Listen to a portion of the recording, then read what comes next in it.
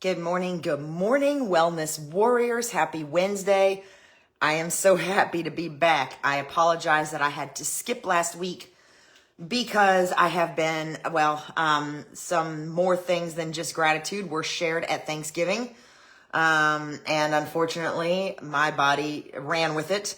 And so I've been a little ill and I am in recovery now. I'm much better, just fighting with the lingering crap. In any case, so I had to put up a replay last week because I didn't want to be on here going into a coughing, sneezing, whatever fit. And there's still a chance of that happening, but hopefully not because I am so much better. In any case, I hope you enjoyed last week's replay. And I hope you enjoyed the previous video at Thanksgiving about finding connection over perfection. It seems lately that a topic of conversation that keeps coming up in conversation, in social media posts, kind of everywhere I look, that about finding your worth. So I felt like this was a big hint to dig into this a little bit more. And it was my intention to do this last week. And of course, like I said, y'all didn't want me having coughing fits on here live.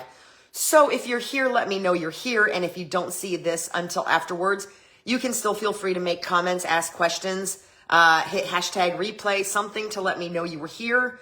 I always encourage interaction because, the whole purpose of Wellness Wednesday is to share what I've learned over time, either through my education or through personal experience that has improved my wellness. Good morning, Miss Victoria. That has improved my wellness. And I always learn from others with tips and tricks. So I really like it when you engage. And if I don't recognize you, if I don't say hi, Facebook doesn't always show me all the things. So it's just because I didn't see you, and I will respond to comments afterwards. So don't feel like I'm ignoring you if I don't say anything. Okay, so knowing your worth is a touchy thing. And I'd love to tell you that it's something that can happen immediately or overnight. And it's not. It took me years and years and years to start to value myself above others and above, more importantly, others' opinions. And that meant everywhere. That meant in my workspace. That meant in my relationships. That meant in my family. That was everywhere, literally everywhere. So I want to start with this analogy. And if you haven't seen it before, then you probably will at some point, because this is one of the things I see routinely on Facebook. It's part of the conversations that continually pop up. Good morning, Miss Carla. And that's the water bottle analogy. That's just what we're going to call it. So I want you to imagine a water bottle. And at the grocery store, that water bottle may cost $1.50. Okay. And that seems reasonable, right? At a restaurant, however, that very same bottle of water may cost $3. And at an airport, that very same bottle of water may cost $5. Well, why is that when the bottle is the same? And the difference is where it's got a value put on it or where it's valued. So what if it's in a desert? How much do you think that bottle of water would be if it were in a desert? Probably be like 10, 15, 20 bucks. Give me your Camel, whatever. Your worth doesn't change. That's the bottom line. Your worth, your value does not change. Just like that bottle of water's value only changes depending on where it's placed. And our worth doesn't change, but where we are placed can affect how others see it. So I'm hoping that makes sense. I hope it doesn't sound like I'm talking in circles, because new meds for just a little bit to help kick this lingering stuff. And for all I know, I could be talking in circles. So how can we recognize our worth and make sure that we're in spaces where we're valued the way we deserve? And this is probably the $1 million question of the year, especially as much as it's been coming up in conversation lately. But also it's hard. It's hard to know our value, and it's hard to put ourselves in places where that value is the highest that it can be. And it's also probably something that we could dig into for days. So today we're just going to start with an overview, and see what that looks like. Okay. Sorry if I'm a little rocky. I've had 2 weeks off of Wellness Wednesday, and I'm, like I said, slightly medicated, not heavily medicated, just coughing stuff. All right, so what does knowing your value mean? Well, knowing your worth or your value means recognizing and embracing your intrinsic value. And that intrinsic value is independent of external achievements, relationships, or societal standards. I know, scary, right? What? Outside of societal standards? So it kind of looks like, and this is kind of an overview. Me too. Oh, Carla, I'm sorry if you're on medication for a cough too. So it looks like self-acceptance. And self-acceptance means recognizing your strengths, your flaws, and your unique qualities without anyone else's validation. That's really hard because we grow up, at least I grew up, I grew up extremely concerned about whether or not everybody else liked me, what everybody else thought of me. And I desperately felt like I needed that external validation, which means from everybody else. So I entered, I seeked that from my family, which I didn't always get. I entered into relationships looking for that validation. So when they started to fall apart and I wasn't getting that validation, or because they were the wrong person, it kind of blew up in my face, if you will. And even in workspaces, because I didn't value myself, I could not demand that value for me, even in the workspace when I was worth much more than what I was receiving, if that makes sense.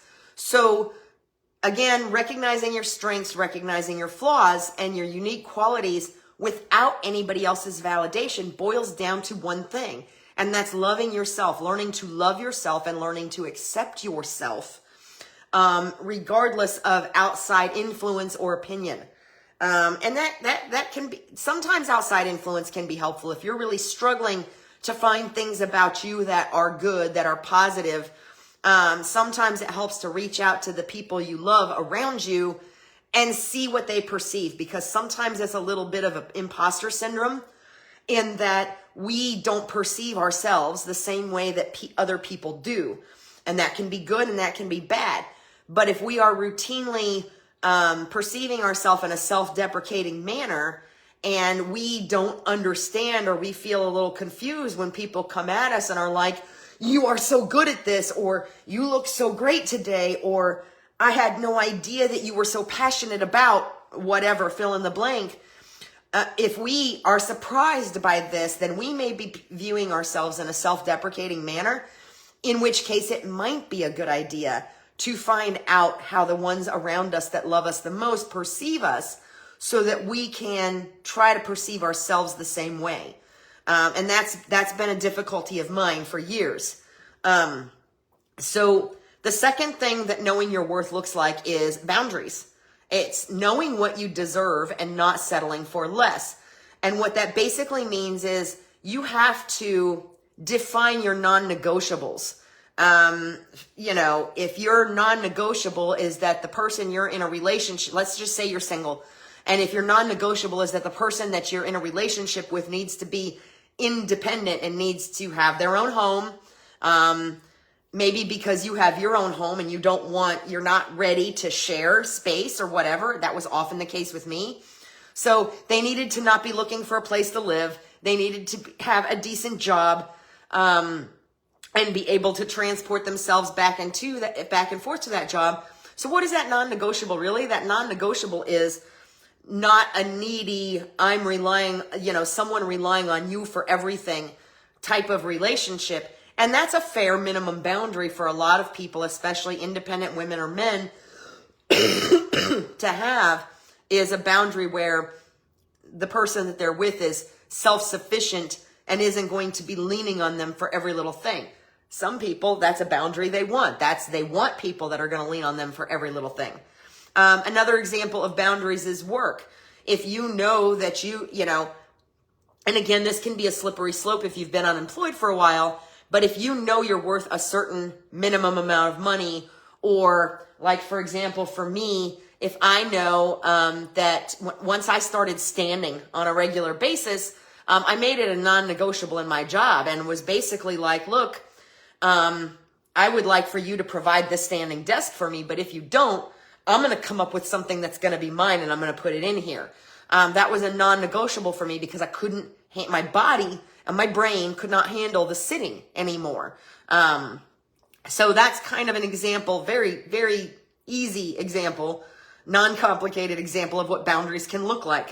In a business, if you're running a small business like I do, like my activewear boutique, and, you have to set boundaries sometimes. As much as I may want to answer my customers all the time, at all hours of the day and night, I have to tell myself, no, I am not going to answer messages after 9 o'clock at night because I need to go to bed at a certain time. I need to wind down. I need to put the phone away.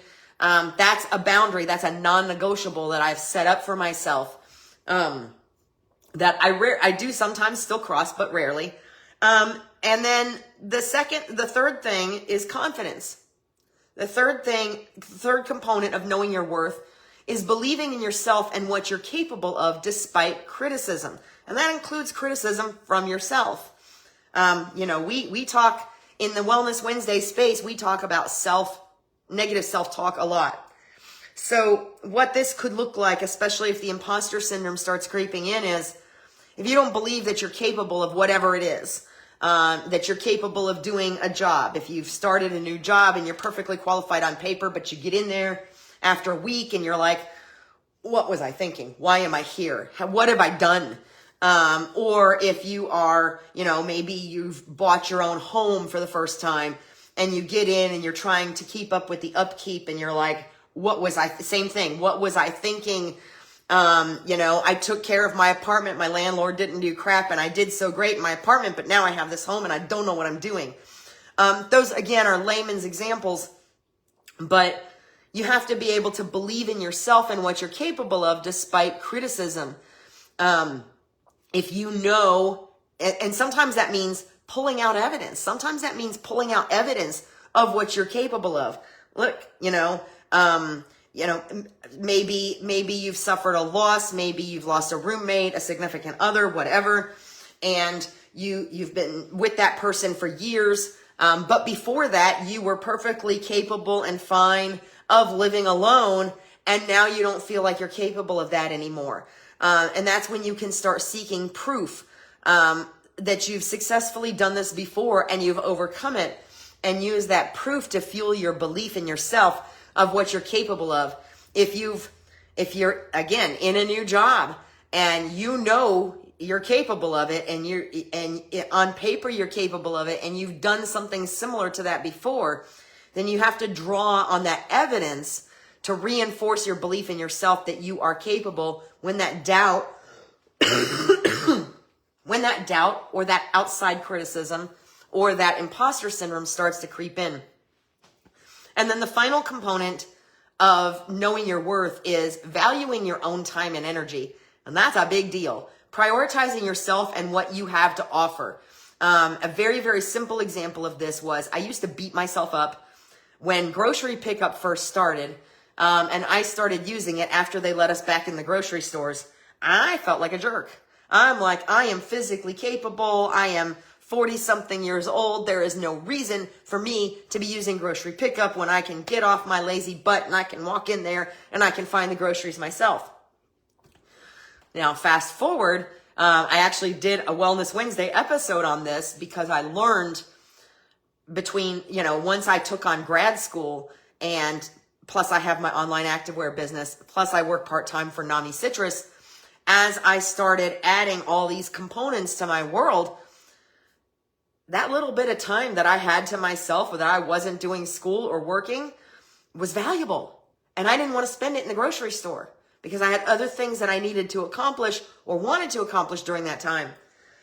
So I reached the point where I started doing grocery pickup again, and I've not looked backwards. I've not felt guilty about it once because I learned to value that time and energy and understand that I needed to spend it doing other things.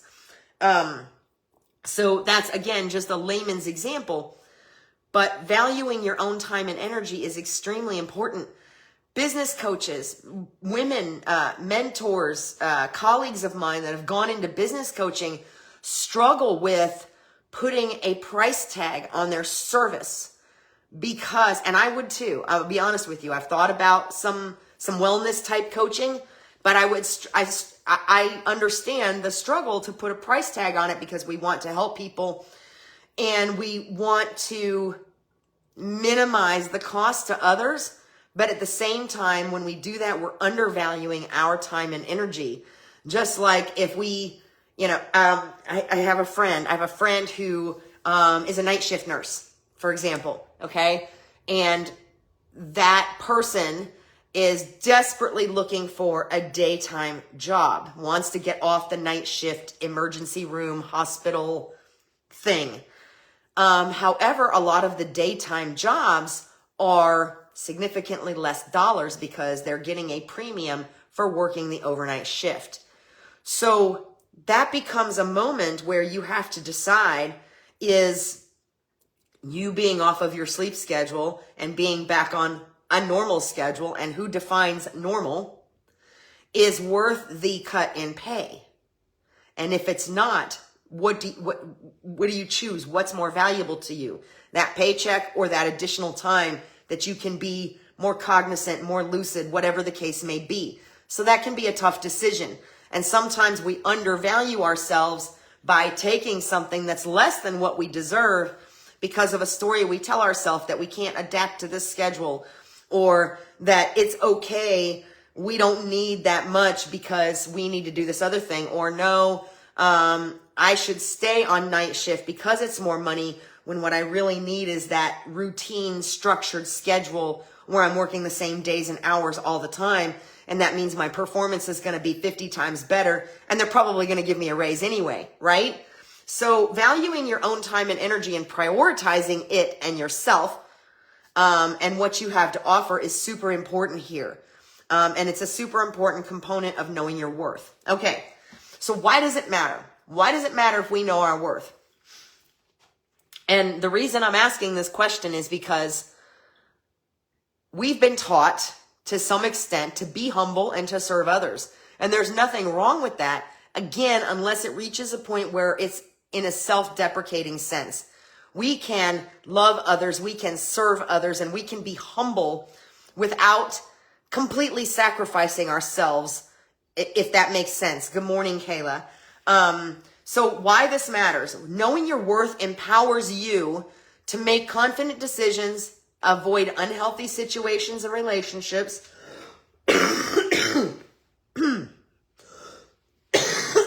sorry guys, and thrive in environments that respect your value. Undervaluing yourself can lead to accepting less than you deserve, which affects your mental and emotional well-being. So if you want to be in a relationship, and instead of waiting for the person that meets your non-negotiables that we talked about, and instead accept the person that encroaches on those non-negotiables and maybe doesn't respect you, or maybe cuts you off when you're speaking, but they're a really nice person otherwise, so that's something you can get past and you just let it go and you don't say anything. Those are examples of undervaluing yourself and accepting less than you deserve. And in a situation like that, if you're not okay with, if you're not comfortable with, and you don't feel safe in establishing your boundaries and asking for what you deserve, which is maybe not to be cut off while you're speaking, then that's probably a flag that there might be something wrong there. Not necessarily with the other person, maybe with the relationship dynamic, maybe inside of you. So undervaluing yourself can lead to a lot of this kind of thing. I know that undervaluing myself has led me into relationships I probably never should have been in. It's also led me into workplaces I probably shouldn't have been in. Although admittedly, a lot of times in those situations, it was because I needed a job, so I took what was available while I looked for something else. So chances were I wasn't staying in those places for very long anyway. And that was a long time ago. And I don't know that I'd do any different now if I really needed to work, even though I know I'm worth X. If I needed a job, I would need a job. So yes, I would probably settle for something where I was undervalued until I found something else. That's a little bit of a different animal. So again, I have business mentors that frequently state that they aren't where they want to be, or that we if they're talking to us as business people, we aren't where we want to be because we don't believe it's possible or that we're worthy. So this is really super important to have that self-belief and have those boundaries and have that confidence and to value our own time and energy so that we're using it properly. And I believe that's probably true. If we aren't where we want to be in our business, if we aren't where we want to be in our education, if we aren't where we want to be in our personal lives, it's because we, more than likely, most of the time, it's not because we're not trying. It's because we don't believe it's possible or we don't believe we're worthy of that. And that's the reason we're not really trying that hard. So that's a little something to marinate on because every time I hear it, even though I've heard it over and over again, it kind of just blows my mind all over again. Which is eventually going to lead to another Wellness Wednesday topic, which has to do with the choices that we make and the choices that we have to make. So where do we start? Because again, this is not an overnight thing. One of the conversations I had was that it took me a long time to know my worth and understand my value and draw those lines in the sand. And it was really, really hard. And it did not happen overnight. And it's extremely difficult, as I've mentioned several times with my recovery, to pinpoint the moment, because there wasn't a specific moment where my mindset changed from negative to positive, where I started to understand my value and value myself more. And like I said, to pinpoint a specific moment that it happened, I can't. It seems sometimes like it all clicked into place at once, but it was a very, very gradual process that was in the making for most of my life. And it's important to remember, with that said, that you can start at any time. It's never too late to discover your value and define your worth and ask for it. Ask for what you're worth and ask to be in places and with people that value that. So where do we start? Because it's not an overnight thing. We start with self-reflection. Write down your accomplishments, write down your skills, and write down your positive traits. Somewhere where you can see them, where you can reflect on them, and you can remind yourself of them, of what you are capable of, what you have proven before that you are capable of. If you have lived alone before and then not for years and you live alone now, you look back to those moments. If you had a great job that you really excelled at and then you changed careers, maybe changed fields entirely, and then went back to this type of job, or in your new field or career, you find yourself in a similar position. Instead of doubting that you can do it, reach back to the evidence you have that you already have done it and that you are able to do it. Reach back to the time where you have challenges that you didn't think you could accomplish and you did. And how did you go about that? How did you work through that? So self-reflection is super important. Another part of self-reflection is my favorite word, affirmations. And that means being honest with ourselves, but not self-deprecating. So we can be honest with ourselves and I can say, hey, Donna, you've gotten a lot better with time management, but you still need a little work in that department. That's a whole lot different than looking at myself in the mirror and saying, hey, Donna, you suck at time management, right? There's a big difference there. I am much better at time management than I was for a very long time. And I understand it much better. Am I still perfect at it? No. If I was perfect at it, I'd be teaching everybody about it, right? So we can be honest with ourselves without being self-deprecating. And that comes back to those affirmations and that self-talk. If you know you are capable of something, one of my affirmations that I write down is that I am the master of my time. Because I need to remind myself to be the master of my time, because I know that's an area where I still need a little tweaking.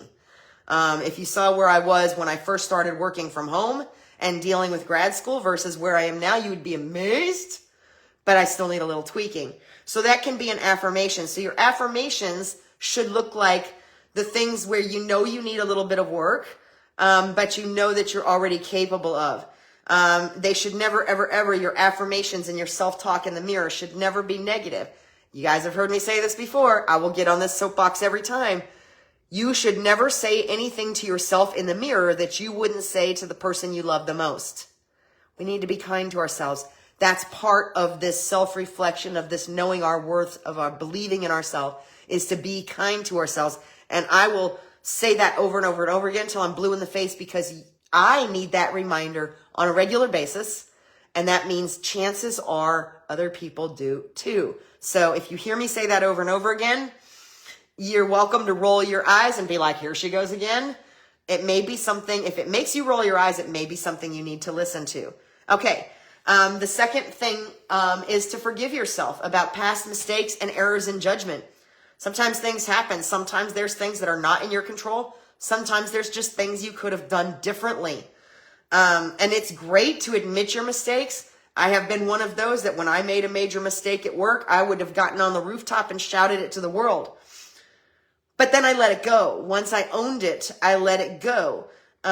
You have to forgive yourself and you have to learn from those things and move forward, and not just beat yourself up over it. So if you want others to forgive you for it, sometimes it doesn't work that way. I had a person in my world who routinely beat me up for a mistake I made 2 to 3 years after I made it and had corrected it and never made it again. I can't control that person. I can only control what I do. And I forgave myself and I made a point to never make that error again.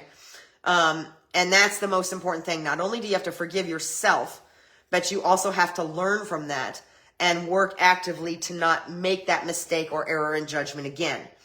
Again, sometimes that's the workplace. A lot of times that's the workplace. Sometimes that's in your family dynamic. And sometimes like now as a grandparent, I learned things I didn't know as a parent. I learned things from my daughter because I swear she's a more intuitive mother than I was. I don't beat myself up for not doing those things, but I go, oh, I wish I would have known that when my daughter was younger or whatever. And I move forward with that new information and I try to apply it as much as possible. So forgive yourselves and learn from the mistakes. That's part of knowing your value and accepting yourself for your flaws as well as your abilities. Understand, this is a big one. This is a big one, y'all.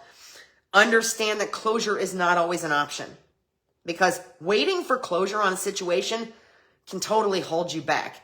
And what other people define as closure is not necessarily what that's always going to look like for us.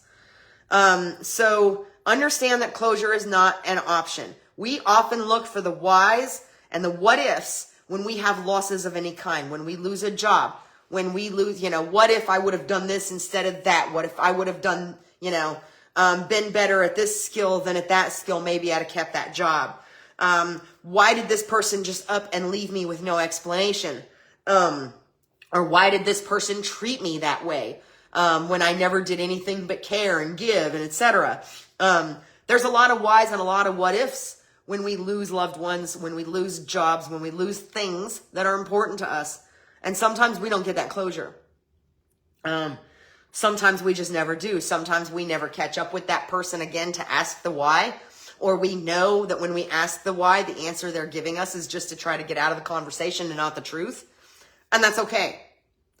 We don't need that closure to move forward. We think we do. There's a lot of information out there, a lot of books that are written about closure. I had a person in my life that was very volatile and that made huge negative impacts in my world. And when I disliked them so much that when they died, when they passed away, I was impacted as much as if it was somebody I was very close to. Why?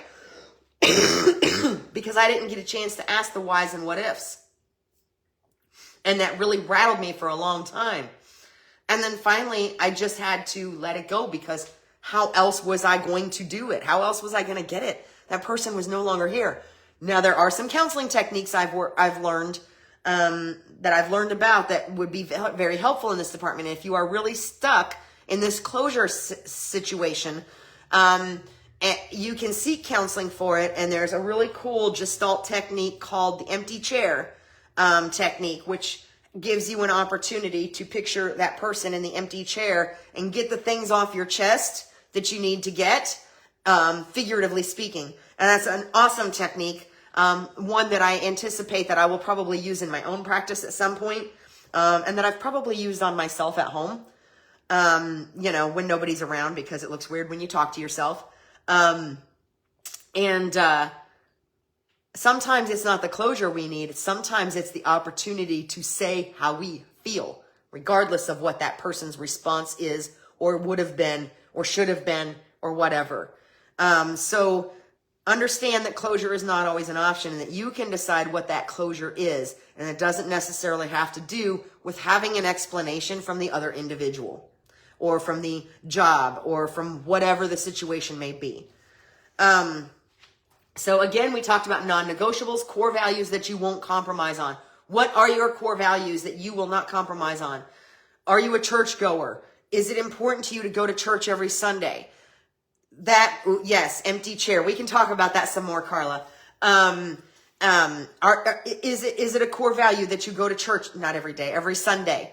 Does that mean that if you have somebody who's constantly trying to imping on your Sundays to get you to go do something else or sleep in or whatever, are you undervaluing yourself if you're letting them break that boundary? Yes. Is that their fault? Probably not. That's probably something you need to look at and go, if I claim to value this so much, why am I not valuing it and making it a priority, if that makes sense? So what are your non-negotiables? What are your core values that you won't compromise on? Is it that you don't, I used to have a significant other that could be very condescending, and really, really just talk down to me and make me feel stupid when explaining something to me when I really, truly just wanted to learn something. So that's a non-negotiable for me now because I didn't realize how much of a problem it was at the time. But once I experienced something outside of that, I was like, okay, I can't do this. So that's a non-negotiable for me. And if my significant other were to speak in such a way to me now, it's probably, you're going to see me defend that boundary. It's going to look something like, hey, I appreciate, but I'm really just asking to learn. I'm not one of your children. I'm not the children you coach, whatever that might look like. So, set your boundaries, set your non-negotiables, and make sure you're not compromising on those things. If you tell yourself you're not going to compromise and you break that promise to yourself, you make it easy for others to break those promises to you. I know that kind of sounds circular. It really is. If we break promises to ourselves, that puts everything else we do and promises we make to others into question, both with us and with the other individuals. So keep that in mind. That's something I've been working hard on in my brain lately because I have a situation where I have broken a promise or two to myself, and I can see how it affects outside and inside perception. That's your mystery, your mysterious statement for the day. Okay, invest in yourself. Personal growth, such as learning, hobbies, therapy, whatever that looks like for you. Investing in yourself and prioritizing self-care is crucial to learning to love yourself and learning to accept yourself and learning to draw those boundaries. I had a friend, and this is actually the friend that was the reason I started running again as an adult. And that person, about a year ahead of me, started getting into the healthier lifestyle and making the changes and working out regularly. And she had friends who would continuously be like, well, I want to do this at this time of the morning. She had a very specific and fairly rigid time slot that she had set out for working out, for taking care of this component of her life.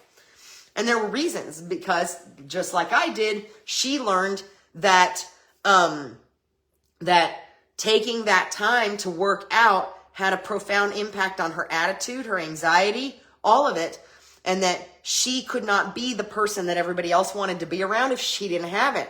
So she had a very specific time frame blocked out every single day that was the time frame she could work with, and it was extremely early in the morning before work. And guess what that meant? That meant during the week she couldn't be out late at night. It was simply not an option if she was going to be able to get up and get through this workout. And so what became her mantra was, if you want me to be available at this time, then I can't be available at this time. And what she meant was, if you want me to be emotionally and mentally and physically and all the ways available at this time, she needed to have this time and be ready for it to get her workout in, or she was going to be a jerk, is basically what it boiled down to. So she was able to prioritize that self-care to make herself a better person. And like I said, often she would be, if people would ask her to go do something late at night on a Wednesday, she'd be like, no, if you don't want me to be a jerk, there's another word she used, but you know, live on Facebook. If you don't want me to be a jerk at this time, then I need to be able to do this. If you want me to be available to you, to spend time with you, then it can't be here because I need to do this. So invest in yourself, personal growth, whatever that looks like for you, learning, new books, self-help, a new hobby, therapy, a gym membership, you know, specialized training if you want to become some kind of certified coach, any of that. And then prioritize that stuff, because if it's something that makes you happy, line dancing, jazzercise, if it's something that makes you happy or helps you grow personally, then it's worth the investment. And that doesn't always mean money, y'all. Sometimes that means time. And now we're back to that prioritizing time. Sometimes that investment is time. Sometimes that investment is clearing out a space for yourself. Whatever that looks like. It needs to be a priority. Investing in yourself is the underlying foundation of that self-care and those non-negotiables and those drawing boundaries. Learning, growing, all of that. And then of course, affirm everything you know, affirm everything that you want to believe about yourself. And yes, you can do that. You can affirm things. We talked about this before too. The girl who started making a video every single day, saying that she was beautiful. And then over time, it started out as a joke, but then over time, she actually started to believe she was beautiful. And she started to see herself different in the mirror. So yes, you can affirm things that you want to be. Obviously, if you're not in school, and you're working, you know, in the hospitality industry as a server, and you don't have any interest in going to school, your affirmation can't be, I am a doctor. That's not what we're talking about here. I'm talking about, I am capable. I am strong. I am worth my goals and desires. I am worthy of love. Those are the kinds of things we're talking about. Those things that you might struggle to believe a little bit, put them on a Post-it note, stick them on the refrigerator, stick them on the mirror in the bathroom, write it with a dry erase mirror or dry erase marker on the bathroom mirror. Whatever, to help you see that and repeat it constantly over and over again. So that's all I'm going to say now about self-talk, because we've already had that conversation. So I know this was a lot of information. That's why Facebook Live is a great thing, is because this video is going to sit here so you can go back and look at it again and be like, she said something. Let me see if I can find it. She said something specific about this.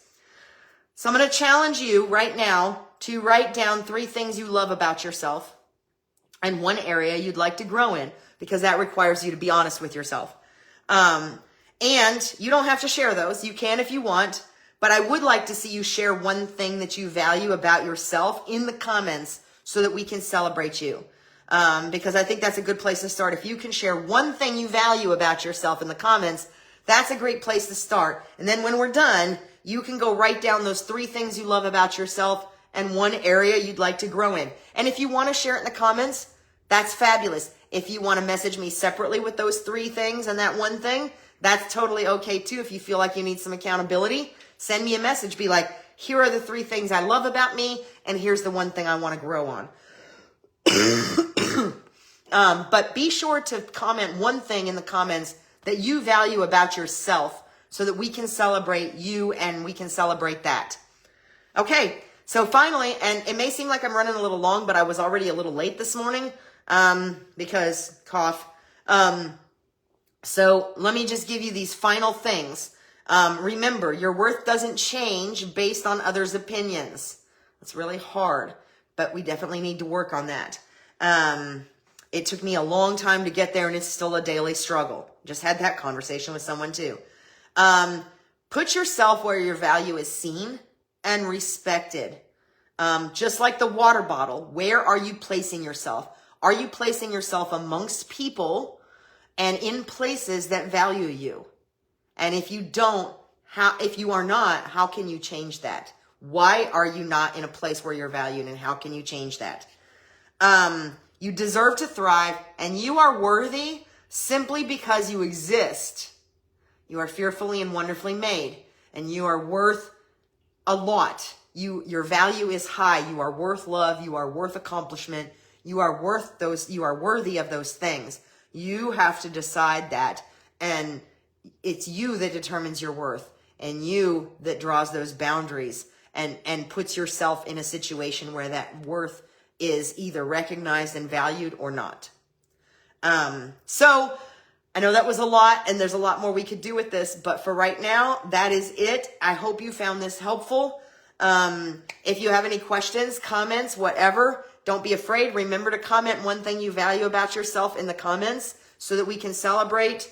And take a few minutes to write down those 3 things you love about yourself and the one thing you want to grow on. Stick that somewhere where you have to see it on a regular basis. I love it, Carla. You are very caring about others. Thank you so much for sharing that. That is definitely a valuable trait. I hope that you care as much about you and your own well-being as you do about others, because it's okay to be like that.